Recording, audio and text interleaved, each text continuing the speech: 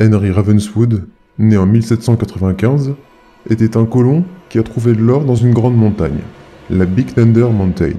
Et grâce à cet or, il fonda une compagnie minière, Thunder Mesa Mining Company, qui ensuite génère la création de la ville de Thunder Mesa.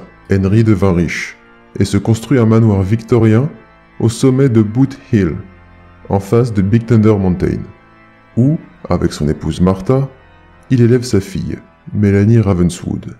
La rumeur raconte qu'au sujet de Big Thunder Mountain, selon les Amérindiens, y vit un oiseau tonnerre, un puissant esprit qui est le gardien d'un trésor. Celui qui tenterait de dérober son trésor provoquerait un terrible tremblement de terre qui fera ébranler mortellement la ville entière de Thunder Mesa. Malheureusement, Henry ne croit pas en ces balivernes, et le temps continue de suivre sa route, pendant que d'autres chercheurs d'or et mineurs continuent de creuser plus profond dans Big Thunder Mountain pour y trouver de l'or. Quelques années plus tard, en 1860, Mélanie a maintenant 18 ans et est en âge de se marier. Elle se fiança avec un ingénieur de train avec lequel elle a planifié de s'installer ailleurs, loin de Thunder Mesa, avec son amant, au grand désarroi de son père. Henry ne voulait pas qu'elle s'en aille.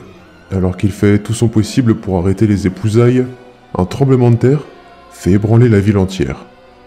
L'oiseau tonnerre s'est réveillé.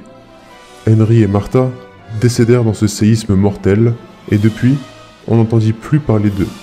Le jour des fiançailles de Mélanie, un mystérieux spectre inconnu fait son apparition dans le manoir.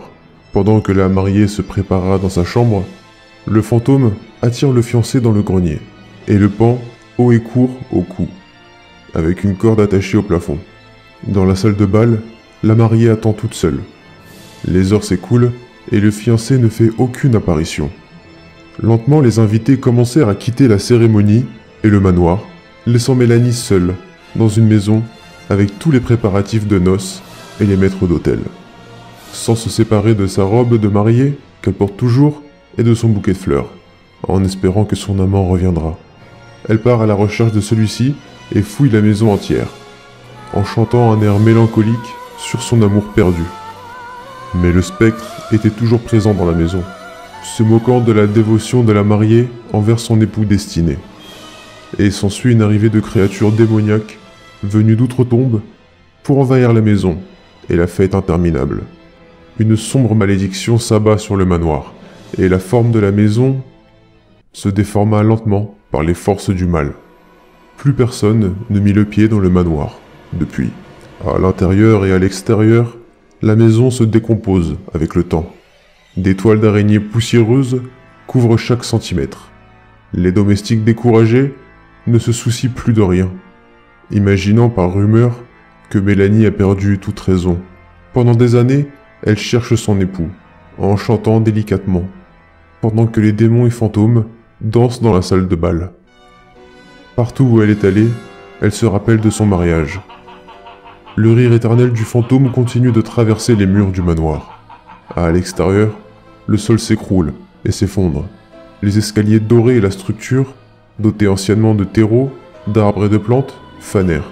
Comme le sentiment de mal est inhérent à la maison, rien de vivant ne foule plus le sol. Mélanie continue de garder espoir, continuant d'attendre le retour de son amant, alors que celui-ci est mort depuis longtemps et ne se montrera jamais à la cérémonie.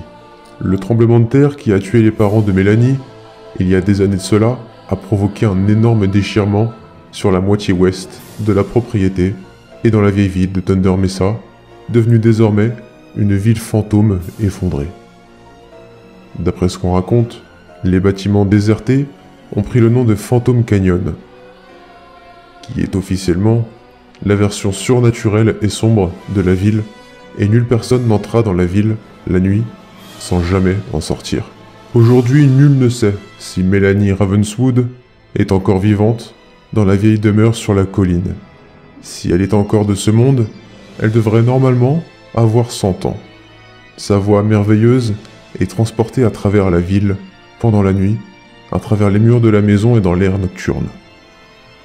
Et parfois les gens peuvent voir de la lumière dans la maison. Quelques nuits, lorsque c'est la pleine lune et que le ciel est dégagé, on peut toujours entendre le deuil solitaire de la mariée. le machiavélique rire du spectre, ainsi que le léger tintement des verres et le rire des invités de la noce. Si elle est vivante ou pas, ce qui est bien connu est que Mélanie n'a jamais vraiment quitté le manoir détérioré. Elle attend son amant jusqu'à la fin du monde. Beaucoup de personnes croient que le spectre aurait pu être le père de la mariée, Henry Ravenswood, qui aurait voulu se venger après s'être fait enterrer. D'autres croient que c'est le pur esprit du mal et que la malédiction devait s'abattre sur la fille.